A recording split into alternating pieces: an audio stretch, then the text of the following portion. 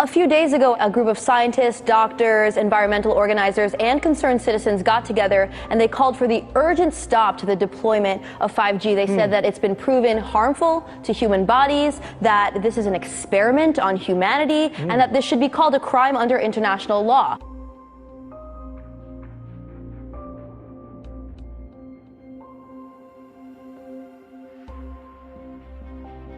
"5G is a weapon. It's used by the military. Do you know these 5G millimeter wave technologies are used to scatter crowds? They drive up in this technology when they want to scatter a cloud, and they put out these frequencies in a much higher power than 5G will be initially with us, but the same frequencies. And people scatter because they get the feeling their skin is on fire. Because the human body, including the skin, is an antenna. It interacts with frequencies and it receives and transmits information. At the cutting edge of understanding of DNA, scientists know that DNA is a receiver-transmitter of information. I have to tell people 5G story. It's bigger than the Holocaust. It's bigger than anything you've ever heard. I'm Mark Steele. Anybody who hasn't heard me. I'm a weapons systems head-up display expert. I'm one of the leading experts in the world. I've actually brought cover in relation to this, and the reason I became an expert was because I invented 5G is a killer. Do not believe a single word I say. Not one. I want you to do your own research. You'll find it's absolutely terrifying. There are going to be boxes broadcasting 5G, this weapon, down every street, all over the world. What we're concerned about 5G is that it's going to require a transmitter about every 3 to 10 homes. So you're talking about a small cell tower placed in front of your home. Because at these high frequencies, you can't have... It doesn't travel very well. Yeah. And people need to understand, it's 24 gigahertz to 90 gigahertz. These are not 2 feet. These are 2 inches to half an inch. And this is very dense wireless radiation hitting our bodies. What we know is that it pulses more, it's got higher frequency, more waves per second, it beats up the cells more. Let's talk about today's technology, what we have going on today. Your phone is constantly sending electromagnetic fields in and out of each other. Whether or not you're receiving a notification right now, all of our digital tech sends this data back and forth, right, using these invisible microwave radiation signals. That's today's tech. We have every cell tower, every router constantly pulsing with radiation, whether or not you're using it. Science shows that this causes DNA damage, cancer, among other things. But don't take my word for it. And that's just with 4G. That's just with today's technology. Before we get to 5G, right now you got some of it, but not that much. Wireless radiation has biological effects, period. These effects are seen in all life forms: plants, animals, insects, microbes. In humans, we have clear evidence of cancer now. There is no question. We have evidence of DNA damage, cardiomyopathy, which is the precursor of congestive heart failure, neuropsychiatric effects. So 5G is not a conversation about whether or not these biological effects exist. They clearly do. 5G is a conversation about unsustainable healthcare expenditure.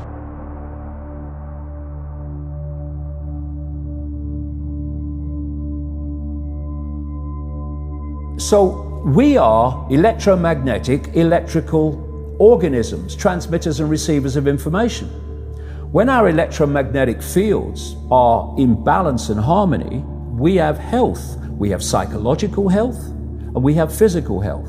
The reason that this technological society is causing so much psychological and, quote, physical disease is because these frequencies, technologically driven, and we live in this Wi-Fi world now and all the phone masts and all the rest of it, these technologically generated frequencies are scrambling the balance of the human electromagnetic electrical communication systems. And if you scramble them, you create a state of disharmony, dis-ease, which plays through to physical and mental, emotional, psychological dis-ease. And there's another point to this.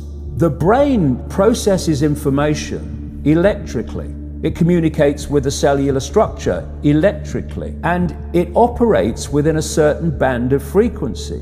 If you can broadcast frequencies carrying information, this technology has long been known, carrying information and perceptions within the frequency that the brain decodes information, the brain will decode those frequencies and will have those perceptions. You can influence people's perceptions externally by broadcasting these frequencies that we interact with, because we are antenna. Okay. Now, some decades ago,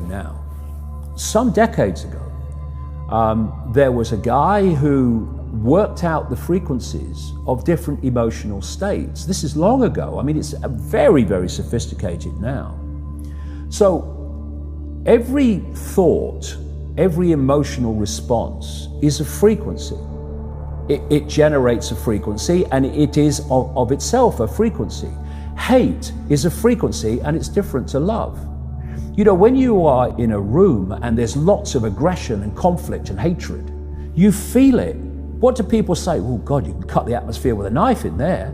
That is because the frequencies of hate and conflict have been so generated, they have changed the electromagnetic field of the room. Okay, so 5G is going to be weaponized against us potentially. Yeah, but the point being that they worked out the frequencies of various emotions, including rage and what have you. And basically, they can play across a community these frequencies without anyone knowing, and it starts to have an effect, and it starts to build rage, it starts to build anger, and people might not realize why they're feeling it, but they start to feel it. And then what they do is they trigger that with an event. Maybe some guy is attacked by the police or something, or somebody's arrested for something they didn't commit, and now there's the trigger. The blue touch paper's been lit of this manufactured frequency-driven rage, and you have mass riots and what have you, and people do things that they wouldn't normally do. And you can make people depressed. You know, the American military, they've admitted this. They have technology that fires frequencies at the enemy that basically breaks the enemy's spirit, so they give up and put their weapons down. This is the technology we're dealing with.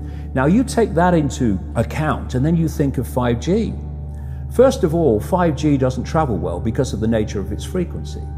So instead of big towers, as we have now, broadcasting these frequencies long distances, it won't do that. And it doesn't go through solid objects, what we call solid objects, very well either.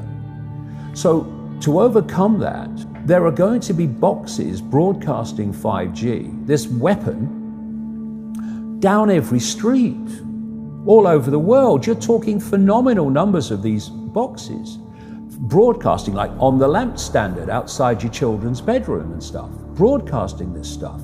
There's no way you'll be able to go where you'd be in a field of 5G. And another interesting thing, I don't know whether you've noticed this, but the story broke first of all in Sheffield, when the council started cutting down literally thousands and thousands and thousands of mature trees in urban streets. And there were big protests about it. You know, Sheffield claimed to be a green city, but all these mature trees were coming down, thousands of them. And my brother, he works as a call-out bus mechanic.